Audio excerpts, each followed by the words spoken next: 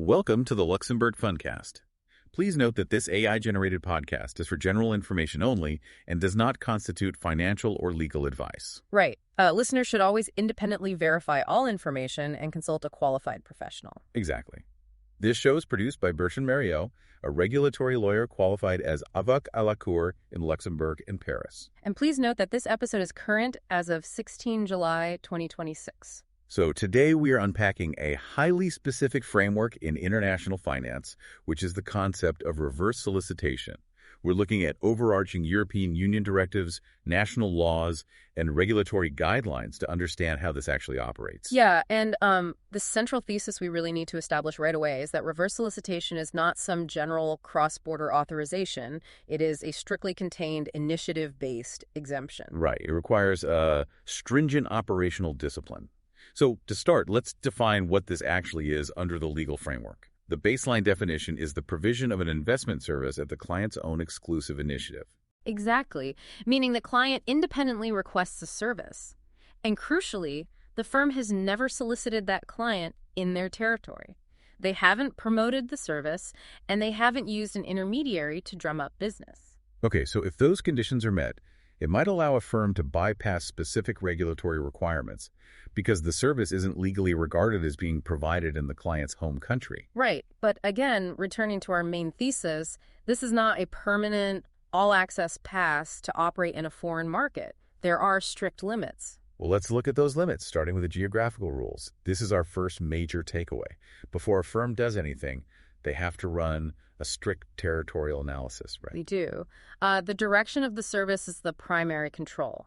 So when a Luxembourg firm provides services to a client located in another European Economic Area state, they first have to check the specific laws of that local territory. To see if the service is regarded as being provided there. Exactly. And if it is, the firm needs a European passport, and they must submit a notification to the CSSF under Article 34-1 of the Law of 5 April 1993 on the financial sector. And we'll refer to that as the LFS of 1993 moving forward. Right.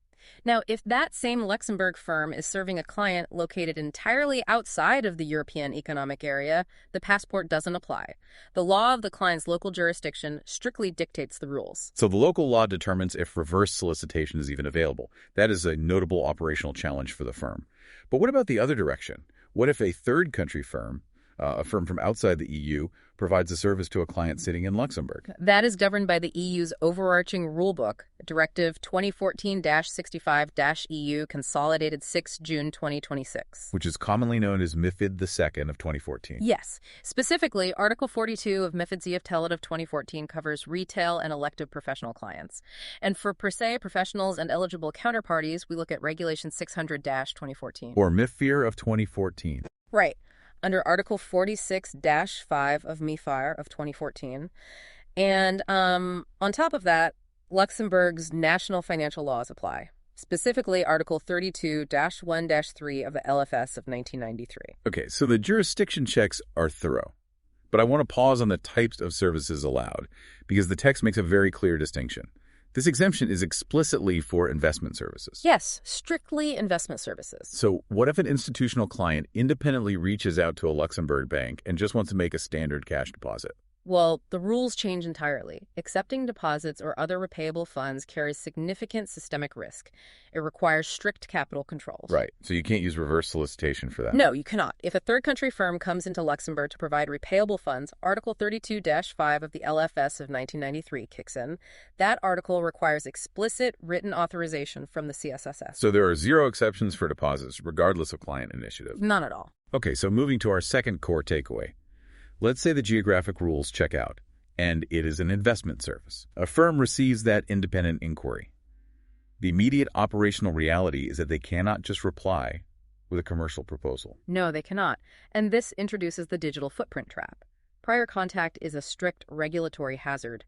You cannot claim reverse solicitation if there is evidence you solicited the client first. Even if the client is willing to sign a declaration stating it was their own initiative. A signed declaration is legally insufficient.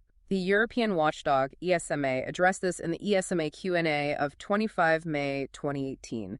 They stated that the assessment must address the actual facts. Because consumer protection laws assume a significant power imbalance. Exactly. You cannot cure earlier commercial solicitation with a piece of paper. Regulators care about the actual historical communication. Which means the record-keeping requirements must be incredibly thorough. They are. The local regulator outlines this in CSSF Circular 19-716 as amended by 20-743.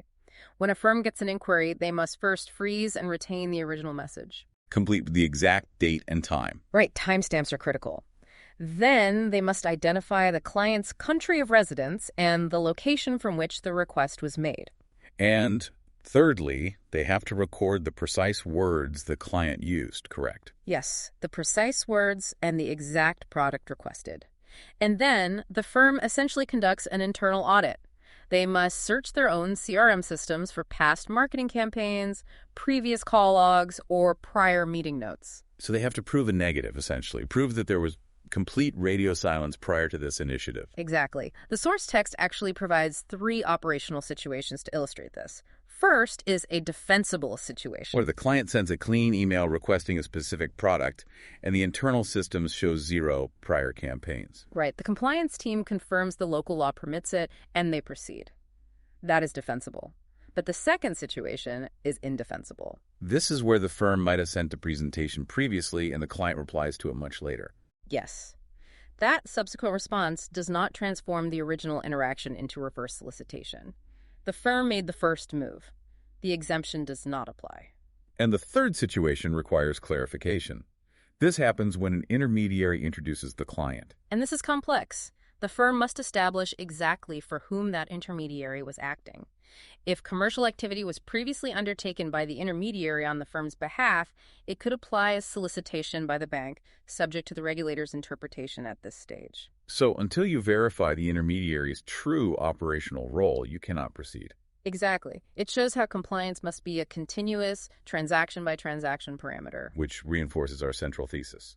It's a strictly contained exemption. And that brings us to our third core takeaway. The scope creep danger. Yes, post-transaction limits. Because once a transaction is complete, the standard commercial instinct is to market new services to that client. But under this framework, doing so is a regulatory issue. The legal text, specifically Article 32-1-3 of the LFS of 1993 and Article 42-2 of MiFID S of 2014 are very clear. Right. They state that the client's initial initiative does not entitle the firm to market new categories of investment products or services. Precisely. If they reach out to buy a bond, you do not have permission to pitch them a mutual fund or a derivatives contract later. So the initiative is securely bound to that specific request. But what if the firm wants to present a product that is highly similar? Well, the ESMA Q&A of 28 March 2019 provided specific guidance on this. A firm can present another product within the same exact category, but only during the transaction in progress. Okay. So while they are actively processing the initial request, they can present a comparable product. Yes, but the strict rule remains. They cannot market a new product at a later stage without a completely new client initiative. So a month later, they cannot initiate contact about a different bond. Absolutely not. A one-off request is never a permanent permission to market. Which requires specific operational controls, particularly regarding digital systems. Firms actually have to instantly disable automated marketing campaigns for that specific client. Because if an automated CRM system sends a monthly newsletter highlighting a new product, the firm has just solicited the client. So the compliance team has to ensure complete radio silence after the transaction closes. Every single new request from the client must be documented as a brand new, separate initiative. Exactly. You verify the local laws, retain the complete chronology, and contain the relationship. So summarizing the framework today, reverse solicitation requires strict geographical compliance, including a complete prohibition on applying it to deposits. It requires a pristine digital footprint proving 0 prior contact. And it demands strict post-transaction boundaries to prevent scope creep. It is a fundamental shift in how firms must manage cross-border interactions. Now, to leave our listeners with a final thought on this, we live in an environment driven by algorithmic feeds and highly targeted digital marketing. If a tech platform's algorithm serves a client a strategically placed article about a specific Luxembourg financial product, and the client then independently emails the firm, whose initiative was it really? That is a profound regulatory question for the future. And it requires ongoing operational vigilance today. Thank you to all our listeners for tuning in. Please support the work by subscribing on Spotify, Apple Podcasts, or wherever you get your podcasts, and on the Bertrand Mariaux YouTube channel. Yes, and you can direct your questions or follow and connect with Bertrand Mariaux on LinkedIn to share comments and likes. Be sure to visit bertrandmariaux.com to read the full written analysis. Also, a quick reminder that you can listen to the French edition, Luxembourg Fundcast. This was the Luxembourg Fundcast.